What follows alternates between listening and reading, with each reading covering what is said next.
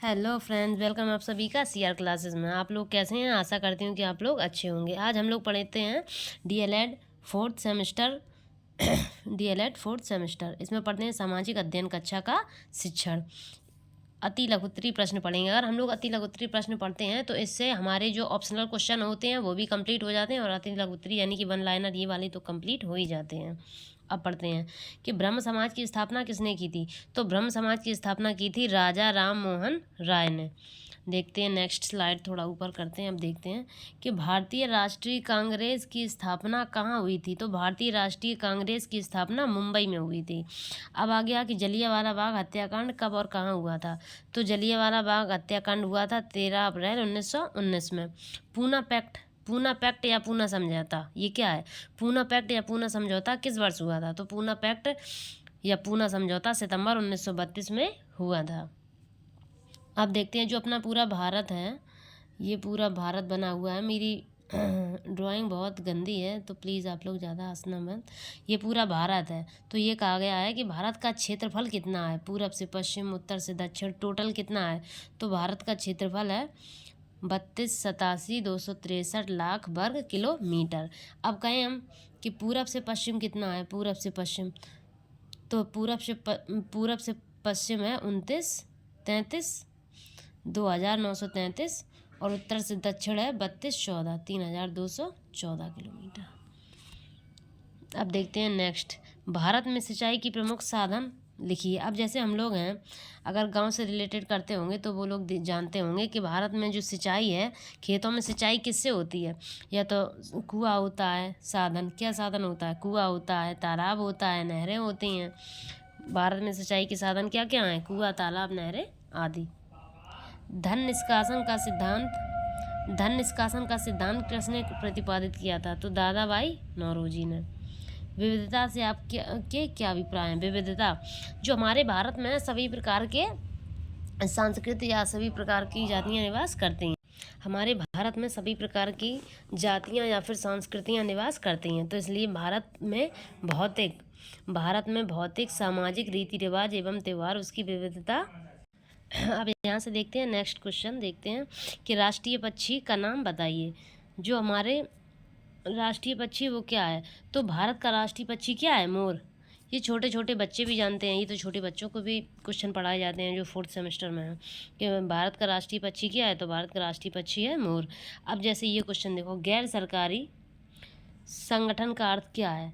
तो गैर सरकारी संगठन यानी कि एनजीओ जो होते हैं, एनजीओ जिसमें सरकार और जो एनजीओ खोल रहा है वो दोनों मिलकर अनुदान करते हैं, तो उसे गैर सरकारी संगठन एनजीओ को कहा जाता है।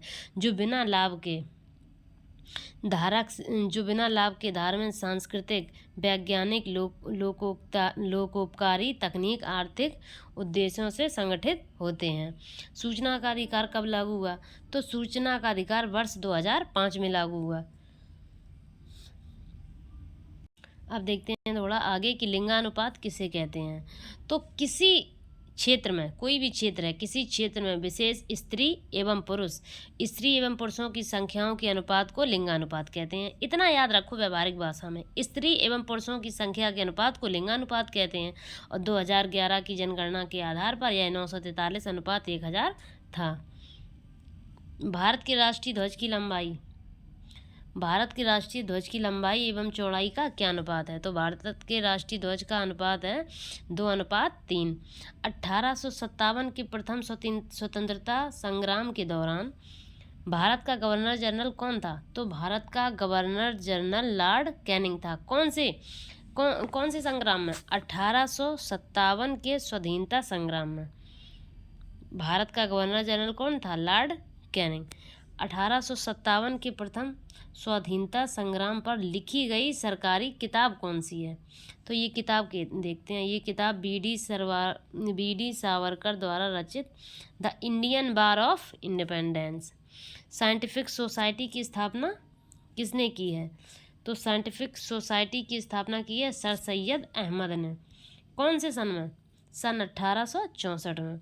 स्वामी विवेकानंद के बचपन का नाम क्या था। तो स्वामी विवेकानंद के बचपन का नाम था नरेंद्र नाथ देव। बंगाल विभाजन के समय भारत का वायसराय कौन था। तो बंगाल विभाजन के समय भारत का वायसराय था लॉर्ड कर्जन।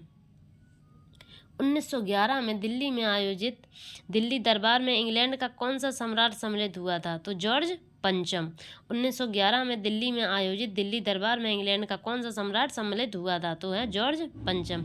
अब देखते हैं कि चोरी चोरा कांड। चोरी चोरा कांड किस आंदोलन के द्वारा हुआ था? तो असहयोग आंदोलन के दौरान। असहयोग आंदोलन कब हुआ था? 1920। असहयोग आंदोलन था क्या? जो भी अंग्रेज हैं उनके काम, जो भी काम करते हैं भारतीय लोग, वो बंद कर दें, वही असहयोग आंदोलन था। किस गोलमेज सम्मेलन में गांधी जी ने भाग लिया था? तो दूसरे गोलमेज सम्मेलन में गांधी जी ने भाग लिया था। संयुक्त राष्ट्र संघ की सुरक्षा परिषद के कितने सदस्य राष्ट्र होते हैं? तो कुल होते हैं 15, जिसमें 5 स्थायी और 10 अस्थायी सदस्य होते हैं। मिड डे मील योजना किस वर्ष प्रारंभ की गई? तो मिड डे मील योजना 15 अगस्त सन 1995 में प्रारंभ की गई। सूर्य से आने वाली हानिकारक पराबैंगनी किरणों से कौन सा रोग उत्पन्न होता है? तो ये जो सूर्य से पराबैंगनी किरणें आती हैं, वो अल्ट्रावायलेट सी, उनसे हमारी ये त्वचा है, इसमें क्या हो जाता है? कैंसर। नदियों में जल प्रदूषण की माप किससे की जाती है? तो O2 की घुली हुई मात्रा से।